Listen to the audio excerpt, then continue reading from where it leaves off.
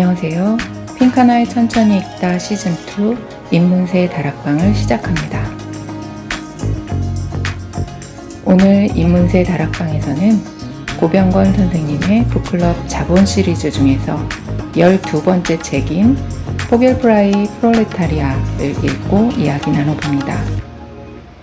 입문세에서는 북클럽 자본 시리즈를 한 달에 한 권 읽고 고병건 선생님께 강의를 듣는 세미나를 진행해 왔는데요. 마르크스의 자본론을 조금 더 가깝게 느낄 수 있는 기회가 되었습니다. 12번의 세미나와 함께 그동안 꾸준히 소모임을 진행해 오신 선생님들을 입문세 다락방에 모셨습니다. 서로를 다독이고 격려하면서 1년을 보낸 소감이 궁금합니다. 저희가 그 자본 소모임을 2022년부터 시작했죠. 9월부터 시작해서 올 8월까지 고병건 쌤의 그 자본 읽기를 했는데요. 오늘이 그 마지막 시간입니다. 그리고 이 마지막 시간에 그동안 했던 거 총 정리하는 자본의 기운이 어디 있나? 자본은 정말 어디서 생겨났나? 그리고 이 자본이 우리는 너무나 숨 쉬듯이 이게 얼마나 이상한 체제인가? 마지막에 이제 말해주는 것 같습니다. 자본에 아주 유치한 창세기가 있다. 실제로는 기원이 뭘까요? 자본의 기원. 그게 온시적 축적, 본원적 축적, 시초 축적 여러 가지 용어가 있는데 고병건 쌤은 나는 시초 축적이라고 이야기하고 싶다. 번역을 어떻게 하느냐에 따라서 그 단어에 담겨 있는 어떤 어감이라고 해야 되나요? 그런 부분을 되게 예민하게 그 고병건 선생님께서 보시는 것 같아가지고 선생님께서 말씀하시기를 그 마르크스가 쓴 자본에서 어디에 마음이 가느냐, 마음을 두느냐, 해석을 더 많이 하느냐. 고병건 선생님은 정말 완전히 다른 쪽에 중심을 두고 계시잖아요. 맞아요, 거기를 맞아요. 강조해서 읽으시고 어디를 더 눈여겨봐야 되는지를 좀 다르게 보시는 것 같아서 그걸 볼 수 있는 어떤 눈이라는 게 계속 좀 생각이 몇 번 읽을 때마다 생각이 되는 것 같아서 그 부분이 참 좀 읽을 때마다 좀 맞아요. 감동적이라는 생각이 좀 들어요. 그러니까 그 33페이지에서 보면 화폐 및 상품의 축적과 자유로운 노동자의 출현이 봉건주의를 해체했다고 하지 않고 봉건주의 해체가 이런 요소들의 출현을 가능하게 했다.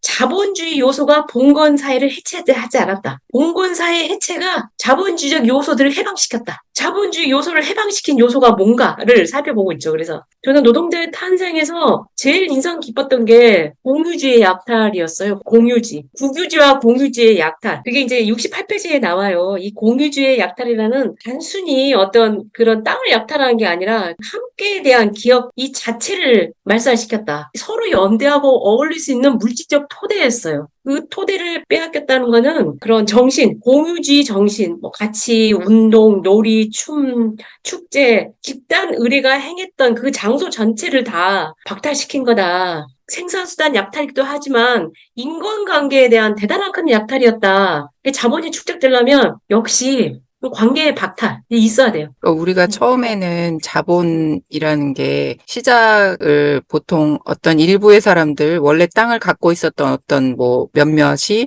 자본가가 됐을 거야 라고 막연하게 생각을 해왔는데 그게 아니라 공유주의, 그러니까 옛날에는 그 땅을 가지고 있었던 그런 게 지금과는 다른 소유의 개념이 좀 다른 그런 시스템이었는데 공유주의를 일부의 사람들이 수탈하면서 그거를 상실시켰다라고 여기는 표현을 하고 계시더라고요. 그래서 68페이지 아까 말씀하셨던 그 함께에 대한 기억을 공유지라는 게 그냥 땅의 의미가 아니라 거기에서 함께 했다는 공동체의 기억이었던 건데 그 공유지, 그러니까 뭐 농사를 지을 수 있는 경작지를 뺏는 것뿐만 아니라 사람들의 관계까지도 빼앗아 갔기 때문에 그 사람들이 이제 포겔프라이 프롤레타리아들이 내몰리게 됐다. 71페이지에 저도 미래를 개척하기 위해서라도 우리는 과거를 발굴해야 합니다. 과거에 지나간 얘기들을 우리는 그냥 막연하게 그냥 생각을 하잖아요. 자본가는 태어날 때부터 자본가였던 것처럼 노동자는 태어날 때부터 노동자였던 것처럼 그렇게 생각하는데 그게 아니라 자본주의가 처음에 시작될 때에는 그게 그러니까 봉건주의가 해체되면서 거기에서 이제 여러 가지 조건들이 생겨나서 자본주의가 생긴 것이지 자본주의를 만들기 위해서 봉건주의를 해체한 게 아니다. 미래를 개척하기 위해서 과거를 발굴해야 한다. 이 말이 되게 기억에 남습니다. 과거를 괜찮다. 계속해서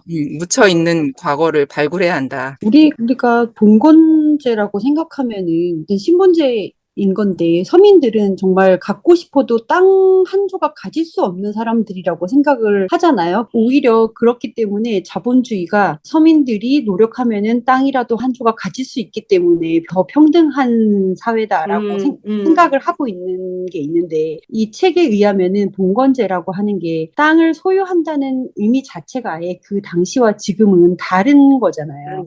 그 당시에 소유권은 그들에게 그 이제 뭐 지주나 아니면 이제 영주나 아니면 국왕에게 있을지 몰라도 토지를 처분할 권리는 없었던 거죠. 그 소유에 대한 개념을 지금 자본주의 개념으로 생각을 하다 보니까 봉건제보다 오히려 지금이 더 뭔가 더 자유롭고 평등한 세상이라고 생각을 하는데 그게 이제 전혀 아니었다라는 부분도 되게 새롭게 와닿았던 것 맞아, 같아요. 그렇죠, 그렇죠. 자본주의가 처음에 시작하는 게 그거였잖아요. 개인 낱낱이 나눠가지고 너에 대한 소유권을 강조하면서 자본주의가 시작되니까. 근데 중세는 명목상 영주의 땅이었지만 이용권, 사용권, 뭐 방목권, 야생 식물 채취권, 그는 자연스럽게 아주 관습적으로 그 땅을 사용하는 사람들한테 다 허용됐다. 그러니까 소유권 개념이 지금 정말 틀리죠. 국왕이 내 땅이야 하는지만 그 명목상 소유권이었고 땅에 대한 사용권은 다 백성들이 다 가지고 있었던 거지. 그래서 그 소유권을 확실히 밀고 가는 게 인클로저 운동. 지주들이 땅을 아니 옛날에는 이게 무슨 말이었지? 그냥 명목상 소유권이었지 사용권은 당연히 내 땅에서 내가 했는데 이거 갑자기 쩔어지 울타리를 쳤잖아. 그래서 울타리를 이거는 영주 땅이야.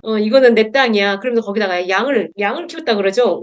양을 키우는 게 훨씬 더 농작물 수입보다 훨씬 많았기 때문에 그래서 농민들 전부 다 몰아버렸다고. 역시 소유권 문제가 소유권 개념이 달라지는 게 자본주의의 시작인 것 같아요. 그래서 여기 그 국가가 자본주의를 도와준 네 가지 시스템 나오잖아요. 네네네. 시초 축적을 도운 네 가지 시스템. 그 118페이지에 그게 설명이 차근차근 나와 있는데 식민 시스템, 국채 시스템, 조세 시스템, 보호무역 시스템 이건데 여기서 저는 이거 국채 시스템, 국채라는 게 그러니까 처음에 돈이 많았던 일부 자본가가 국가에 돈을 빌려주고 대신 그걸 받는 건데 이걸 나중에 갚을 거야, 나중에 세금 걷어서 갚을 거야 라고 하는데 결국에는 여기서 그러잖아요. 실제로 돈을 빌려줬지만 그거에 대한 걸 받았기 때문에 돈이 남아있는 거라고, 아예 준 게 아니라 남아있는 거라고 계속해서 받을 수 있는 그런 권리가 생긴 거잖아요.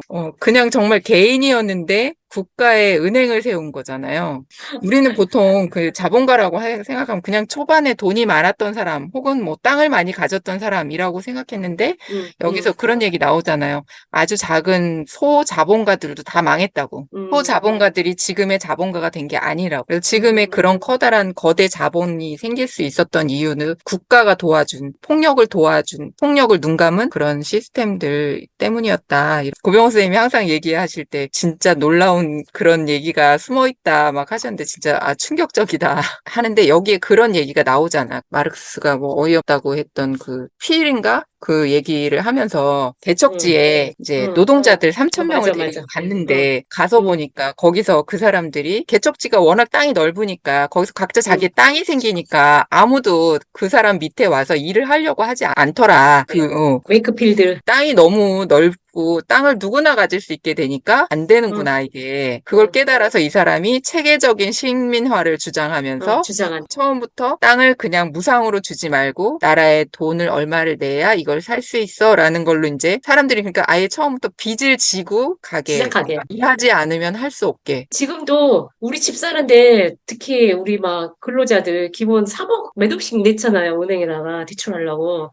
진짜 투자까지 떼야 돼요. 일을 안 할 수 없게 만드는 이 구조. 대학 들어가면 대학 학자금 대부로 전부 다 내주잖아요. 애들. 일을 안 한다는 상상 자체는 지금 안 돼요. 안 될 수밖에 없어. 이런 구조가. 지금도 체계적인 식민 시스템이 계속 돌아가고 있다. 학자금과 높은 집과 그런 비용을 우리는 그렇게 살고 있다. 그리고 이 국가 시스템, 그러니까 아까 선생님이 말씀하신 식민 시스템, 국제 시스템, 조세, 보호 무역 시스템, 정말 이 막강한 시스템이 동원되잖아요. 국가. 지금도 마찬가지고. 그래서 자본주의는 진짜 개인이 어떻게 할 수 있는 문제가 아니구나라는 생각이 들면서 나는 그러면 개인은 뭘 할 수 있어? 그런 생각도 한편으로 들더라고요. 근데 이게 마지막에 마르크스가 굉장히 유쾌하고 외향적으로 풀잖아요. 착취가 착취당하는 세계로 바뀌어. 간단하다 그러면서 뭐라 하겠더라? 수탈자가 수탈당한다? 그런 얘기. 수탈자가 수탈당한다. 아주 그만큼 힘든 과업이었다, 자본주의는. 근데 음. 그만큼 쉬운 일도 없었다라고 이야기하잖아요. 소유권을 뒤집으면 돼. 그래서 부정의 부정이란 말이 나오는데 이게 어떻게 자본가의 소유일 수만 있어? 사회 공동체적인 토대의 소유지? 그 말이잖아요. 소유권에 대한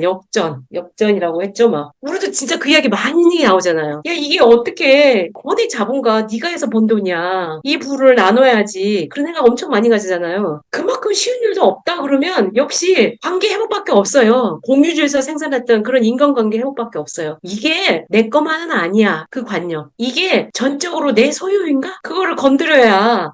자본가가 가장 두려워하는 게 노동자의 연대라고 그래서 연대하지 못하게 했었는데 결국에는 우리가 지금 이런 시스템에 대해서 할 수 있는 일은 연대하는 일뿐인가? 라고 생각할 수 있는데 저는 어떤 생각이 들었냐면 이 사람이 노동자들을 데리고 갔지만 거기서 노동을 하지 않았어 이런 거에서 그러니까 사람들이 먹고 살 게 없어서 일할 수밖에 없게 만드는 게 자본주의에서 가장 중요한 부분이잖아요. 그러면 사람들이 일할 수밖에 없는 그런 게 아니라면 점점 그렇게 돼가고 있지 않나? 이런 생각이 들었어요.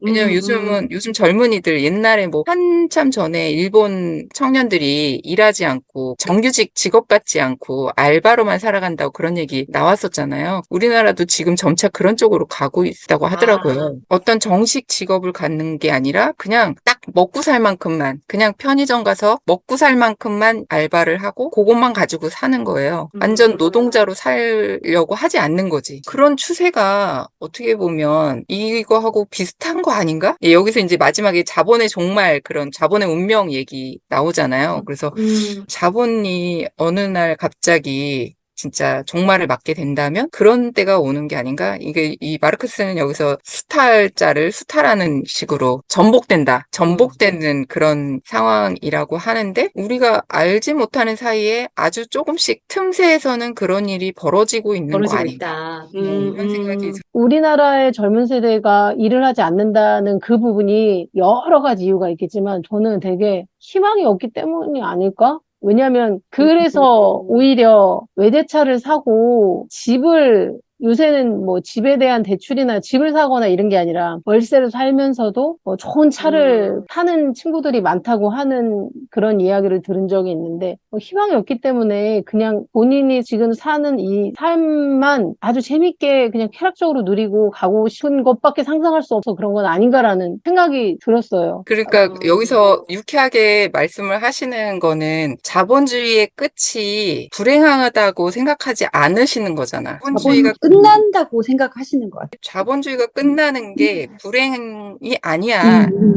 그렇기 때문에 희망적이야라고 얘기를 하고 계시는 거죠. 이런 체제는 계속 굴러갈 수 없어라는 확신이 계셨던 것 같아요. 젊은이들이 노동을 안 하는 이유는 뭐 각자 다 다를 수 있지만 그들이 자본주의를 망하게 하겠어 하는 마음으로 노동을 안 하는 건 아니잖아요. 근데 흐름이 그렇게 가고 있다는 거지. 이 가고 자본주의가 있다. 처음에 생길 때도 그렇다는 거잖아. 사람들이 우리가 자본주의를 만들겠어 해서 이렇게 만들어진 게 아니잖아. 아닌 게. 그 흐름이 그렇게 갔던 거고 운명이 그렇게 생겼던 건데 자본주의가 망하는 수순도 사람들이 자본주의를 망하게 하겠어 하는 마음으로 망하게 하지는 못할 것 같아. 네, 생각해보니까 맞아요. 봉건주의 사회에서도 마르크스가 그런 얘기 했다고 했잖아요. 그러니까 그 사람들이 목적이 있어서 그렇게 한 게 아니라 때에 맞게 그런 일이 일어난 그래요. 거라고 말씀하시잖아요. 그때 왜 귀족들도 귀족들의 세대 교체가 좀 일어나잖아요. 네, 귀족들의 세대 교체가 일어나면서 귀족들의 상인화가 이루어지고 그리고 부의 축적이 이루어지면서 농민들이 이제 밀려나는 수순으로 이렇게 이루어진 그런 것처럼 말씀하시는 그 맥락이 그런 것과 같다고 말씀하시는 이게 일반 젊은이들이 이런 행태가 더 이상 이렇게 살 수는 없어라는 무의식적인 흐름일 수도 있다. 집값 이렇게 높고 이렇게 경쟁이 치열하고 이렇게 좋은 직장 들어가기 힘드는데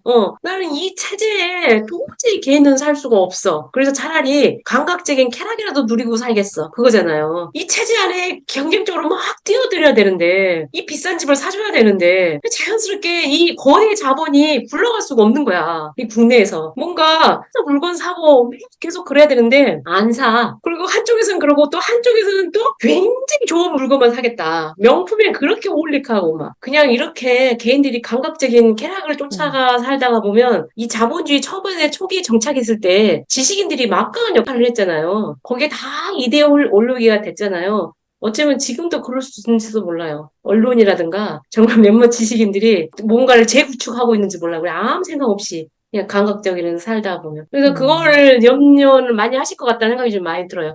아마도 고병호 쌤이 그 점 때문에 개인들의 어떤 깨어있는 의식, 개인들이 어떤 공유주 같은 그런 거를 만들어야 된다라는 걸 많이 강조하고 싶은 것 같기도 해요. 공유주의 그런 정신에 대한 어떤 것. 혼자 고립보다는 저는 서로 이야기하고 소통하고 그런 게 좀 있어야 되겠다는 생각이 좀 많이 생각이 들더라고요. 이런 공부 집단이 우후죽순 많이 생겨난 게 아닐까 싶은 생각도 들고. 저는 그 법 얘기 너무 짜증났거든요.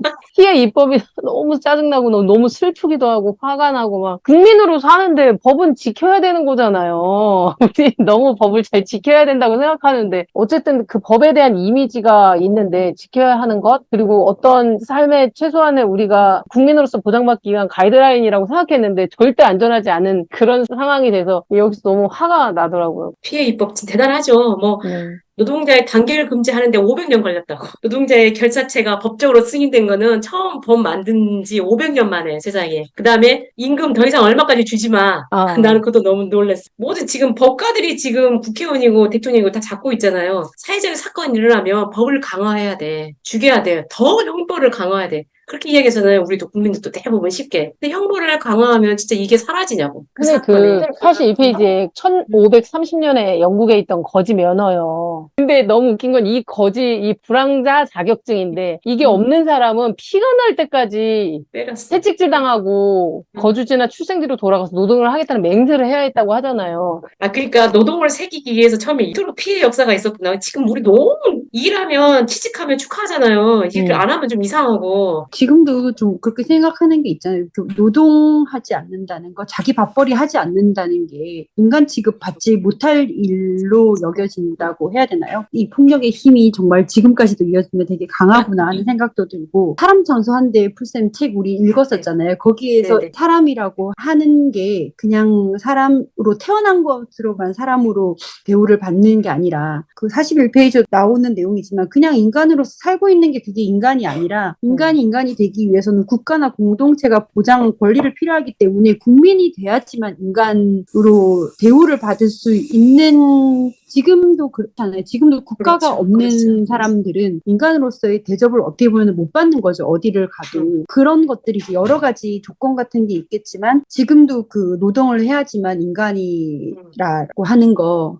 그게 아직까지도 이어지고 있다는 생각이 들어서 노동뿐만 아니라 돈을 벌어야 된다. 돈이 되어야 되는 일을 해야 된다. 예술도 돈이 되어야 되고, 맞아. 음악도 돈이 돼야 되고, 지금은 온리 맞아요. 상품이 되어야 사람 구실을 한다. 우리 그래서 책, 마지막에 네. 고병수님도 그 이야기해요. 역시 상품, 자본의 첫 장이 나오는 거. 이 상품이 어마어마한 힘을 발휘했다고. 책을 친구들하고 이렇게 책을 읽는다 그러면 그거 해서 나중에 뭐 했을 건데? 맞아. 뭐 했을 그럼 직업을 바꾸는 거야? 응, 돈 되는 어떤 걸로 돈을 벌 수 있는데 이런 식으로 아니 이건 돈이 아니라 그냥 즐거워서 읽는 거라고 해도 믿지를 않아요. 맞아. 고통의 상식으로는 이해가 안 되는 일인가 보다라는 생각도 들었어요. 그런 노동이라는 조건도 인간의 대우를 받기 위해서 노동이라는 조건이 되게 중요하다는 생각이 또 들기도 하면서 아까 풀쌤 말씀하셨듯이 꼭 이제는 노동이라기보다는 돈을 벌어야 되는 거, 돈이 되는 일을 해야 되는 거. 그래서 오히려 지금 보면은 노동하지 않고 돈을 벌 수 있는 일이 각광받고 있잖아요. 그러니까 그 불로소득이 그리고 너무 당연하고 불로소득의 일을 하는 게 능력인 거잖아요. 사실 그래서 주식이든 부동산이든 재테크든 이런 게 되게 강조되는 게 오히려 노동하지 않고도 돈을 벌 수 있는 불로소득 그리고 그 불로소득이라고 하는 게 내가 그 불로소득을 얻었기 때문에 내가 어떤 노력을 하지 않고 얻은 돈이기 때문에 어느 정도는 사회에 환원돼야 된다는 이런 의식도 이제는 없어지는 것 같아요. 그래서 세금을 내는 거에 대해서도 되게 반감들이 정말 많잖아요. 뭐 세금이 과하다. 다 이렇게 자본 읽으면서 그 자본주의 사회에서 돈을 번다는 게 누군가를 착취를 하고 벌 수밖에 없는 그런 시스템이다. 더 많이 번다는 게 그랬을 때 그럼 도대체 어떻게 살아야 되나? 돈을 벌지 말아야 되나? 막 그런 생각도 사실 하기도 하는데 돈을 벌더라도 좋은 일에 돈을 쓸 수 나누는 그런 행동을 할 수 있는 뭐 그런 거를 얘기하셨는데 그런 거 생각하면서 이거 불로소득이라고 하는 거 우리는 불로소득을 쫓고 있는데 그런 생각도 좀 들기도 하고 좀 아까 그 젊은 친구들이 일을 하지 않으려고 한다라는 것도 생각도 들고 어떻게 보면은 이 자본주의가 내포하고 있는 어떤 착취나 폭력성을 사람들이 이제 시간이 지나면서 느끼고 있다고 해야 되나요? 뭔가 이상하다는 게 느끼면서 거기에서 계속 도주성 같은 것들이 조금씩 만들어진다는 생각도 들기도 하는 것 같아요. 누군가를 착취해야 내가 돈을 벌 수 있어.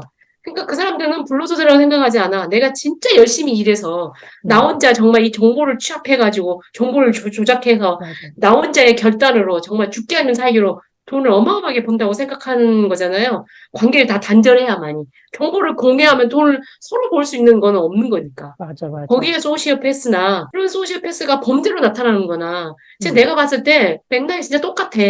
관계 단절이라는 점에서 철저한 개인 소유권에 대한 사회적 성격의 강조밖에 없는 것 같아. 이 내 돈은 내가 번 게 아니야. 이 돈은 나를 위해서만 쓰면 안 되겠다는 그런 생각 그 있잖아요. 그렇게 돈을 벌었으면 전부 다 풀어야지.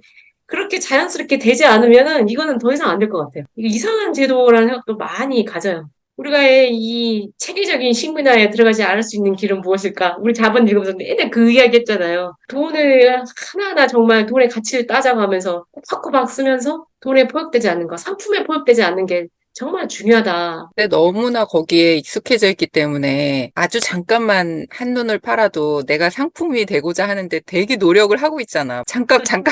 잠깐 눈만 감았다 떠도 내가 막 열심히 상품이 되려고 하고 있어. 막 이런데 그게 너무나 익숙한 거야. 그러니까 막 정신을 똑바로 차리고 있을 때는 아니야, 나는 상품이 되지 않겠어 하는데 잠깐 정신을 잃으면 바로 막 상품으로 달려가고 있잖아. 그게 그런 시스템 안에 태어났기 때문에 그게 맞아요. 이반 일리치에서 그러잖아요. 우리는 문자 사회에서 태어났기 때문에 그 문자가 없는 그런 상상할 수도 상상할 수 없고 없다.